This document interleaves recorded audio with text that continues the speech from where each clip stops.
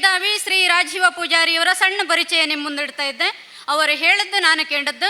ಶೆಡಿಮನಿ ಎಂಬ ಈ ಊರಿನ ಚಂದದ ಪರಿಸರದಂಗೆ ಮನವರಳಿಸಿ ಬೆಳೆದವರು ರಾಜೀವ್ ಪೂಜಾರ್.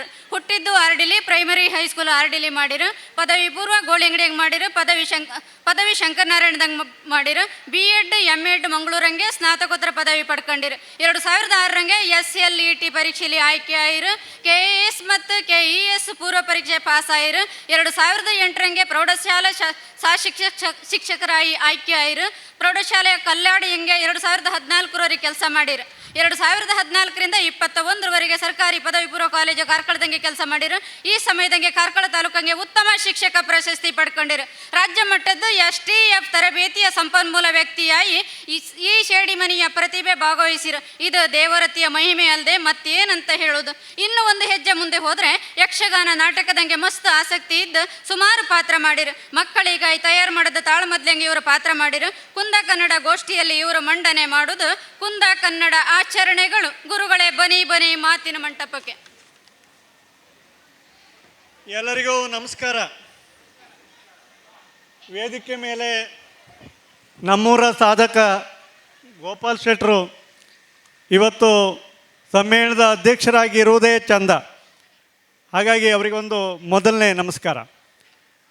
ಹಾಗೆ ಬಹಳಷ್ಟು ಸಂಪತ್ತಿರುವಂಥ ಸಂಪನ್ಮೂಲಗಳ ಜೊತೆಗೆ ನಾನು ಕೂತ್ಕೊಂಡಿರುವುದೇ ನನಗೆ ಖುಷಿ. ಅದಕ್ಕಾಗಿ ಸಂಪನ್ಮೂಲ ವ್ಯಕ್ತಿಗಳಿಗೆ, ನಮ್ಮೂರಿನ ಗಣ್ಯರಿಗೆ ಎಲ್ಲರಿಗೂ ವಂದಿಸ್ತೇನೆ. ಇವತ್ತು ನಮ್ಮ ಈ ಗೋಷ್ಠಿಯನ್ನು ಸಮಾನವಾಗಿ ಅದನ್ನು ನೋಡುವವರು ನನ್ನ ಗುರುಗಳಾಗಿರುವಂಥ ವಾಸುಕೆ ಅವರು, ಸೀತಾ ನದಿಯವರು, ಅವರಿಗೂ ಕೂಡ ನಮಸ್ಕಾರ. ಹಾಗೆ ನನ್ನೂರಿನವರು ನಮ್ಮೂರಿನ ಮರ್ಯಾದೆಯನ್ನು ಉಳಿಸಿದ್ದೀರಿ, ಇಷ್ಟೊಂದು ಸಂಖ್ಯೆಯಲ್ಲಿ ಇಲ್ಲಿ ಇದ್ದೀರಿ. ಹಾಗಾಗಿ ನಿಮಗೆಲ್ಲರಿಗೂ ಈ ಊರ ಪರೂರ ಎಲ್ಲರಿಗೂ ಕೂಡ ನಮಸ್ಕಾರ. ಮಾನವನ ಸಾಮಾಜಿಕ ಜೀವನದಲ್ಲಿ ಈ ಆಚರಣೆಗಳು ಬಹಳ ಮುಖ್ಯ ಪಾತ್ರವನ್ನು ವಹಿಸ್ತವೆ. ನಮ್ಮ ಸಂಸ್ಕೃತಿ, ನಮ್ಮ ಧರ್ಮ, ನಮ್ಮ ಭಾಷೆ, ನಮ್ಮ ಬದುಕು ಎಲ್ಲವನ್ನು ಹೇಳೋದು ಈ ಆಚರಣೆಗಳು. ಒಂದೊಂದು ಆಚರಣೆಗಳ ಬಗ್ಗೆ ಒಂದೊಂದು ಗೋಷ್ಠಿ ಬೇಕಾಗ್ತದೆ. ಆದರೆ ನಾನು ಆಚರಣೆಗಳ ಸೂಕ್ಷ್ಮ ನೋಟವನ್ನು, ಅಂದರೆ ಪಕ್ಷಿ ನೋಟವನ್ನಷ್ಟೇ ನಾನು ಮಾಡಲಿದ್ದೇನೆ. ಮೊದಲಿಗೆ ನಮ್ಮ ವರ್ಷ ಪ್ರಾರಂಭ ಆಗೋದೇ ಯುಗಾದಿ. ಯುಗಾದಿ ಯಾಕೆ ಯುಗಾದಿಯಲ್ಲಿ ಪ್ರಾರಂಭ ಅಂತ ಹೇಳಿದರೆ ಯುಗದ ಆದಿ ಅದು ಆದ್ದರಿಂದ ಯುಗಾದಿ ಅಂತ. ನಮ್ಮ ಈ ಭೂಮಿ, ಈ ಸೃಷ್ಟಿ ಪ್ರಾರಂಭ ಆದದ್ದೇ ಯುಗಾದಿಯಲ್ಲಿ ಅಂತ. ಚೈತ್ರ ಮಾಸದ ಆರಂಭ ಅದು.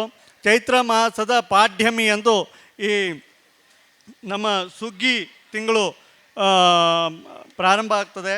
ಇಲ್ಲಿ ಈ ಸುಗ್ಗಿ ತಿಂಗಳು ಅಂತ ಹೇಳಿದ್ರೆ ಮಾರ್ಚ್ನಿಂದ ಏಪ್ರಿಲ್ ತಿಂಗಳು. ಮಾರ್ಚ್ನಲ್ಲಿ ಬರುವಂಥ ಸಂಕ್ರಾಂತಿಯಿಂದ ಏಪ್ರಿಲ್, ಹಾಗೆ ಸಂಕ್ರಾಂತಿಯಿಂದ ಸಂಕ್ರಾಂತಿಗೆ ನಮ್ಮ ತಿಂಗಳುಗಳು ಇರ್ತವೆ.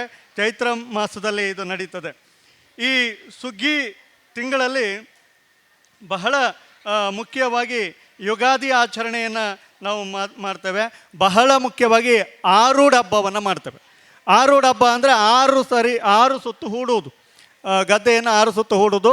ಅಂದರೆ ಅರಿಷಡ್ ವರ್ಗಗಳನ್ನು ನಾವು ಬಿಟ್ಟು ನಾವು ಇಲ್ಲಿ ಶುದ್ಧವಾದ ಮನಸ್ಸಿನಿಂದ ಈ ಭೂಮಿಯನ್ನು ಒತ್ತು ಬೆಳಿತೇವೆ ಅನ್ನೋದಕ್ಕೋಸ್ಕರವಾಗಿ ಅಲ್ಲಿ ಹೊಟ್ಟು ಸುಡ್ತೇವೆ. ಹೊಟ್ಟನ್ನು, ಕೆಟ್ಟದ್ದನ್ನು ಸುಟ್ಟು ಹಾಕುವಂಥ ಒಂದು ದಿವಸ ಇರ್ತದೆ, ಯುಗಾದಿಯಲ್ಲಿ ಬರ್ತದೆ ಅದು. ಇನ್ನು ಹಗ್ಗಿನ ತಿಂಗಳು. ಹಗ್ಗಿನ ತಿಂಗಳಲ್ಲಿ ಅಂದರೆ ಏಪ್ರಿಲ್ ಮೇ ತಿಂಗಳು. ಈ ತಿಂಗಳಂಗೆ ಹತ್ರೋದಿ ಹಬ್ಬ. ಹತ್ರೋದಿ ಹಬ್ಬ ಅಂದರೆ ಹಗ್ಗಿನ ತಿಂಗಳು 10 ಹಪ್ಪತ್ತಿಲ್ ಮಾಡುವಂಥ ಹಬ್ಬ.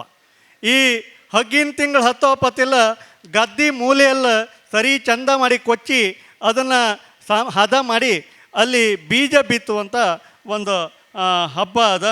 ಈ ಬೀಜ ಬಿತ್ತುವುದನ್ನು ನಾವು ನಮ್ಮಲ್ಲಿ ಸಂಭ್ರಮಿಸುವಂಥ ಒಂದು ಹಬ್ಬ ಅದು. ಇನ್ನು ಬೇಸಿಗೆಯಲ್ಲಿ ಅಂದರೆ ಮೇ ಜೂನ್ ತಿಂಗಳು. ಈ ತಿಂಗಳಲ್ಲಿ ದೈದ ಭೋಗ, ಹಾಕಬೆಚ್ಚೋದು, ಆಮೇಲೆ ಕೋಲ, ಇಂಥದ್ದೆಲ್ಲ ನಮ್ಮಲ್ಲಿ ಮಾಡ್ತೇವೆ. ಇನ್ನು ಕಾರ್ ತಿಂಗಳಲ್ಲಿ ಹೂಟಿ ಮುಹೂರ್ತ, ನಟ್ಟಿ ಮುಹೂರ್ತ. ಹೂಟಿ ಮುಹೂರ್ತ ಅಂದರೆ ಕೋಣೆಗಳನ್ನು ತಗೊಂಡೋಗಿ ನೊಗ ಹಾಕಿ ಕಟ್ಟಿ ಅಲ್ಲಿ ಅವುಗಳಿಗೆ ಆರತಿ ಎತ್ತಿ ಪೂಜೆ ಮಾಡಿ ಅವುಗಳಿಗೆ ಪ್ರಸಾದವನ್ನು ಹಾಕಿ ಹೂಟಿ ಮುಹೂರ್ತವನ್ನು ಮಾಡೋದು. ಹಾಗೆ ನಟ್ಟಿ ಮುಹೂರ್ತ ಅಂದರೆ ಮೊದಲ ನಟ್ಟಿಯಲ್ಲಿ ಅವರಿಗೆ ಅವಲಕ್ಕಿ ಕಲಸಿ ಎಲ್ಲ ಹೆಂಗಸರಿಗೆಲ್ಲ ಕೊಟ್ಟು ಒಂದೊಂದು ರೀತಿ ಹಬ್ಬದ ಆಚರಣೆಯಲ್ಲಿ ನಾವು ಮಾಡ್ತೇವೆ. ಇನ್ನು ಕಾರ್ ತಿಂಗಳಲ್ಲಿ ಅಥವಾ ಆಷಾಢಿ ತಿಂಗಳಲ್ಲಿ ಹುಂಟಿ ಮುಹೂರ್ತ ಆದ ಕೂಡಲೇ ಹುಂಟಿ ಎಲ್ಲ ಆದಮೇಲೆ ಹೋರಿಗೆ ಎರ್ತ ಕೊಡೋದು ಮಾಡ್ತಾರೆ. ಎರ್ತ ಕೊಡೋದು ಅಂತ ಹೇಳಿದರೆ ಅಲ್ಲಿ ಹೀಗೆ ಕತ್ರಿ ಆಕಾರದಲ್ಲಿ ಅಗಿ ಸುಡಿ ಹಿಡ್ಕೊಂಡು 2 ಕೋಣಗಳಿಗೆ ಕೊಡೋದು. ಆ 2 ಕೋಣ ತಿಂತು ಆಮೇಲೆ ಅವುಗಳನ್ನು ಚಂದ ಮಾಡಿ ಮೀಸಿ ಹೊನ್ನೆಣ್ಣೆ ಉದ್ದಿ, ಮೈಗೆಲ್ಲ ಹೊನ್ನೆಣ್ಣೆ ಉದ್ದಿ, ಆಮೇಲೆ ಅವುಗಳಿಗೆ ಇದರ ಹೆಸಿನ ಕೆತ್ತಿ ಅಥವಾ ಚಾರ್ ಕೆತ್ತಿ ಇಲ್ಲದೆ ಹೆಸಿನ ಕೆತ್ತಿ ಸಿಗದೆ ಇದ್ರೆ ಚಾರ್ ಕೆತ್ತಿಯಲ್ಲಿ ಮಾಡ್ತಾರೆ. ಈ ಕೆತ್ತಿ ಬೇಯಿಸಿ ಅದರಲ್ಲಿ ಗಂಜಿ ಮಾಡಿ ಅವುಗಳಿಗೆ ಹಾಕೋದು, ಅದನ್ನು ಹದನ ಅಂತಾರೆ. ಹದನ ಮಾಡೋದು ವಿಶೇಷ ನಮ್ಮಲ್ಲಿ. ಹದನ ಮಾಡೋ ದಿವಸ ಕೋಳಿ ಊಟ ಮಾಡುತ್ತಾ, ಕೋಳಿ ತಿಂದೇ ಇದ್ದರೆ ಪಾಯಸದ ಊಟ ಮಾಡ್ತಾರೆ. ಹಾಗೆ ಆಷಾಢಿ ತಿಂಗಳಲ್ಲಿ ಆಷಾಢಿ ಮಾರಿ ಬರ್ತತ್ತೆ. ವರ್ಷಕ್ಕೆ 2 ಸರಿ ಮಾರಿ ಬರ್ತತ್ತೆ. ಒಂದು ಮಾರಿ ಆಷಾಢಿ ತಿಂಗಳ ಬರುತ್ತೆ, ಇನ್ನೊಂದು ಮಾರಿ ಹಬ್ಬದ ಮಾರನೇ ದಿವಸ ಬರುತ್ತೆ. ಈ ಆಷಾಢಿ ತಿಂಗಳಲ್ಲಿ ಹುಣ್ಣಿಮೆ ದಿವಸ ಆಷಾಢಿ ಹಬ್ಬ. ಈ ಆಷಾಢಿ ಹಬ್ಬ ಅಂತ ಹೇಳಿದ್ರೆ ಕುಂದಾಪುರ ಕನ್ನಡಿಗರ ಹಬ್ಬ. ಆ ದಿನ ಕುಂದಾಪುರ ಕನ್ನಡ ದಿನ ಅಂತ ಅದನ್ನು ಆಚರಿಸ್ತೇವೆ. ಕ್ಯಾನಿಗಂಡಿ ಹಿಟ್ಟು, ಹೊರೊಳ್ಳಿ ತೊಗಿ, ಅದಕ್ಕೆ ಹಬ್ಬದ ವಿಶೇಷ. ಕ್ಯಾನಿಗಂಡಿ ಹಿಟ್ಟು, ಹೊರೊಳ್ಳಿ ತೊಗಿಯನ್ನು ಮಾಡ್ತಾರೆ. ಇನ್ನು ಸ್ವಾಣಿ ತಿಂಗಳಂಗೆ ಅಜ್ಜಿ ಶಾಸ್ತ್ರ ಮಾಡ್ತಾರೆ. ಸ್ವಾಣಿ ಹಿಡು ಸಂಕ್ರಾಂತಿ ಮತ್ತು ಆಮೇಲೆ ಕನ್ನಿತ ಸಂಕ್ರಾಂತಿ, ಈ 2ರ ಮಧ್ಯೆ ನಾವು ಇಡೀ ತಿಂಗಳು ಹೊಸಲಿ ಹೂವು ಹಾಕಿ ಅಲ್ಲಿ ಚೌತಿ ಹಬ್ಬದ ಮೊದಲು ಅಜ್ಜಿ ಮಾಡ್ತಾರೆ. ಅಜ್ಜಿ ದಿವಸ ಮನೆಯಲ್ಲೊಬ್ಬರು ಅಜ್ಜಿ ಅಂತೇಳಿ ಮಾಡ್ತಾರೆ. ಮಕ್ಕಳು ಹೊರಗಿಂದ ಬಳಸೋದನ್ನು ದ್ವಾಸೆ ಇತ್ತಲ್ಲ, ಆ ದ್ವಾಸೆನ ಹಿಡ್ಕೊಂಡು ಅಂದರೆ ಅವ್ರಿಗೆ ಅಜ್ಜಿ ಕಾಣದಿದ್ದಂಗೆ ಅಜ್ಜಿ ನರಿ ಕೊಬ್ಬಿನ ಕೋಲು ಹಿಡ್ಕೊಂಡು ಬೆರೆಸ್ಕೊಬರ್ತಾರೆ. ಹಾಗೆ ಇನ್ನು ಅದೇ ಸ್ವಾಣಿ ತಿಂಗಳ ಮೇಟಿ ಕಂಬಿ ಹೊರಿ ಹಾಕೋದಂದರೆ ದಾಣಿ ಇಲ್ಲದೆ ಇದ್ದರೆ ಈ ಹೊದಳೆಲ್ಲ ಹೊಡೆದು ಮನೆಯಲ್ಲೇ ಹೊಡೆದು ಮೇಟಿ ಕಂಬಿಗೆ ಹೊರಿ ಹಾಕೋದು. ಆ ಹೊರಿನ ಹಾಕಿ ಮೇಟಿ ಕಂಬಿ ಸುತ್ತ ಹಾಕಿ ಅದಕ್ಕೆ ಪೂಜೆ ಮಾಡುವಂಥದ್ದು, ಅದು ಮೇಟಿ ಕಂಬಿಗೆ ಪೂಜೆ ಮಾಡುವಂಥದ್ದು, ಹೊರಿ ಹಾಕೋದಂತ. ಇನ್ನು ಕನ್ನಿ ತಿಂಗಳಂಗೆ ಅಂದರೆ ಸೆಪ್ಟೆಂಬರ್ ತಿಂಗಳಿಂದ ಅಕ್ಟೋಬರ್ ತಿಂಗಳ ಮಧ್ಯೆ ಹೊತ್ತು ಹುಣ್ಣಿಮೆಯಿಂದ ಅಮಾಸೆವರೆಗೆ ಪಿತೃಪಕ್ಷ. ಮಾಲೆ ಅಮಾಸೆ ನಂತರ ನವರಾತ್ರಿಯಲ್ಲಿ ಹೊಸ್ತಾಚರಣೆಗಿಂತ ಮುಂಚೆ ಮನೆ ಕರಿ ತೆಗೆದಂತಲೇ ಹೇಳೋದು. ಅಂದರೆ ಕಸ ಎಲ್ಲ ಹೊಡೆದು ಅದನ್ನು ತೆಗೋಕೆ ಅದು ಒಂದು ಆಚರಣೆ. ಹೊಸ್ತಿನ ಮುಂಚಿನ ದಿವಸ ಇರುತ್ತೆ, ಅಂದರೆ ನವರಾತ್ರಿಯಲ್ಲೇ ಇರುತ್ತೆ. ಹೊಸ್ತಿನ ಮುಂಚಿನ ದಿವಸ ನಾವು ಕದ್ಕೊಂಡು ಬೇರೆಯವ್ರ ಗೆದ್ದಿಗೆ ಹೋಗಿ ರಾತ್ರಿ ಸೂಡಿ ಹಿಡ್ಕೊಂಡು ಹೋಗಿ ಬರೀ ಕಾಲಂಗೆ ಸೂಡಿ ಹಿಡ್ಕೊಂಡು ಹೋಗಿ ಗದ್ದೆ ಬುಡಕ್ಕೆ ಹೋಗಿ ಅಲ್ಲಿ ವೀಳಿದ ಪಟ್ಟಿಯನ್ನು ಇಟ್ಟು ಅದಕ್ಕೆ ನಮಸ್ಕಾರ ಮಾಡ್ಕೊಂಡು 9 ಬುಡ ಅಗಿ ಬುಡ 9 ಅಗಿ ಬುಡನ ಕಿತ್ತು ಅದನ್ನು ಹಿಡ್ಕೊಂಡು ನಮಸ್ಕಾರ ಮಾಡಿ ವೀಳಿದಲ್ಲೇ ಪಟ್ಟಿ ಅದನ್ನೆಲ್ಲ ಇಟ್ಕೊಂಡು ಮನೆಗೆ ಬರೀ ಕಾಲಂಗೆ ಬಂದು ಅದು ಬರ್ಕಿದ್ರೆ ಮೊದಲು ಸಂಜೆ ನಾವು ಅಲ್ಲಿ ಜಡ್ಡೆಲ್ಲ ಕೆತ್ತಿ ಹದ ಮಾಡಿ ಸಗಣಿ ಎಲ್ಲ ಸಾರಿಸಿ ಒಂದು ಮಣಿ ಇಟ್ಟು ಅಲ್ಲಿ ಒಂದು ಸೆಳ್ಳಿ ಕೋಲನ್ನು ಕಬ್ಕಿ ಕೋಲನ್ನು ಹುಗ್ದು ಅದ್ರ ಮೇಲೆ ಅಡ್ಡ ಕೋಲು ಇಡುತ್ತೆ. ಅದರ ಬುಡದಲ್ಲೇ ಇದನ್ನು ಇಡ್ತಾರೆ.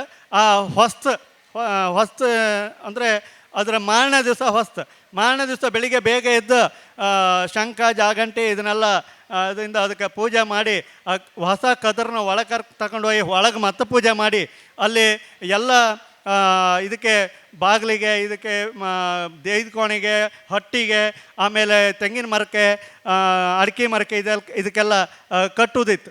ಆಮೇಲೆ ಅದಕ್ಕಿಂತ ಮುಂಚಿನ ದಿವಸವೇ ಕರಿ ತೆಗೆದಾದ್ಮೇಲೆ ಗೋಡಿಗೆಲ್ಲ ಶೇಡಿ ಬರೋಕಿತ್ತು. ಶೇಡಿ ಅಂತ ಹೇಳಿದರೆ ಶೇಡಿ ಕರಡಿ ಈ ಕೆಸಿನ ಎಲೆ ಅದನ್ನು ದಂಟನ್ನು ಒಂಚೂರು ತಗೊಂಡು ಅದರಲ್ಲ ಶೇಡಿನ ಅದ್ದಿ ಗೋಡಿಗೆ ಹೀಗೆ ಎಲ್ಲೆಲ್ಲಿ ನಾವು ಪೂಜೆ ಮಾಡುತ್ತಲ್ಲ ಹಚ್ಚೋದಿತ್ತು. ಇದು ಆಮೇಲೆ ಆದಮೇಲೆ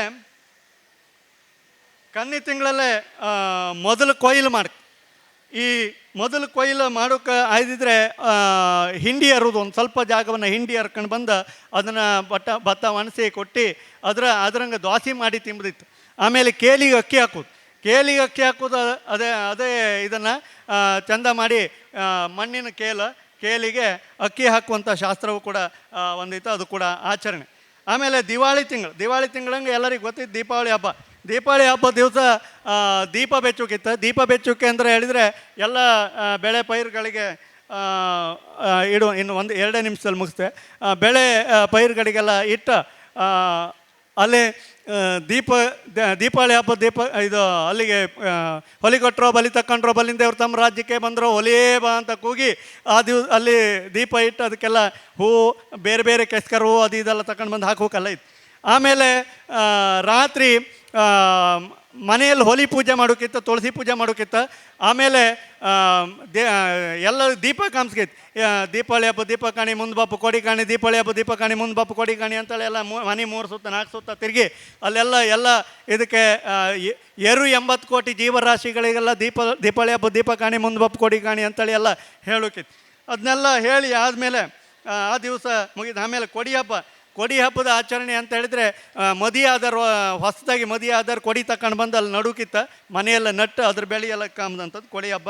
ಆಮೇಲೆ ದೀಪಾವಳಿ ಹಬ್ಬದ ಮರುದಿವಸ ಗೋಪೂಜೆ ಮಾಡದೇ ಇದ್ದಾರೆ, ಇಲ್ಲಿ ಈ ದಿವಸ ಗೋಪೂಜೆ ಮಾಡ್ತಾರೆ. ಆಮೇಲೆ ಹಂಚಿಸಿ ತಿಂಗಳು ಶೂನ್ಯ ತಿಂಗಳು ಅದರಲ್ಲಿ ಎಂತ ಮಾಡೋದಿಲ್ಲ. ಆಮೇಲೆ ಭಾರತ್ ತಿಂಗಳೆಲ್ಲ ಕೊಡಿಯಲ್ಲ ತುಳಸಿ ಪೂಜೆ ಇದೆಲ್ಲ ಮಾಡದೇ ಇದ್ದಾರೆ, ಭಾರತ್ ತಿಂಗಳಂಗೆ ಇದು ಮಾಡ್ತಾರೆ. ಆಮೇಲೆ ಬಹಳ ಮುಖ್ಯವಾಗಿ ನಮ್ಮಲ್ಲಿ ಅಳಿಯ ಸಂತಾನದ ವ್ಯವಸ್ಥೆ ಇರೋದು, ಇದು ಆಚರಣೆಯಲ್ಲಿ ಇರುವಂಥದ್ದನ್ನು ನಾನು ಹೇಳಬೇಕು. ಹಾಗೆ ಒಟ್ಟಾರೆಯಾಗಿ ಹೇಳೋದಾದರೆ ಕುಂದಾಪುರ ಆಚರಣೆಗಳು ಕೇವಲ ಧಾರ್ಮಿಕ ವಿಧಿವಿಧಾನಗಳಲ್ಲ, ಅವು ಈ ಮಣ್ಣಿನ ಸಂಸ್ಕೃತಿ, ಭಾಷೆ, ಪರಂಪರೆ ಇವುಗಳ ಪ್ರತಿಬಿಂಬ ಅಂತ ಹೇಳ್ತಾ ಅವಕಾಶಕ್ಕಾಗಿ ವಂದಿಸ್ತೇನೆ.